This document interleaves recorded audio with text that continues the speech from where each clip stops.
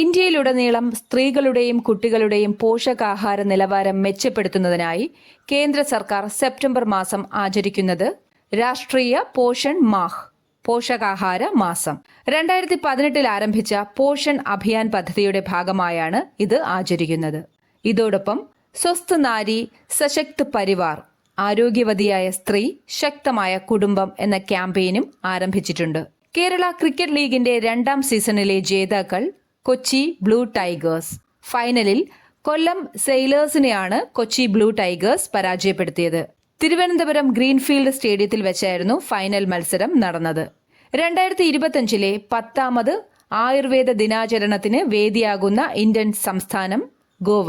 National stock എക്സ്ചേഞ്ചിന്റെ പുതിയ chairman N jetty Srinivas. International financial services centres അതോറിറ്റിയുടെ ആദ്യ ചെയർമാനായിരുന്നു ഇദ്ദേഹം. നാഷണൽ സ്റ്റോക്ക് എക്സ്ചേഞ്ച് സ്ഥാപിതമായത് 1992 നാഷണൽ സ്റ്റോക്ക് എക്സ്ചേഞ്ചിന്റെ പ്രധാന ഓഹരി സൂചികയാണ് നിഫ്റ്റി 50.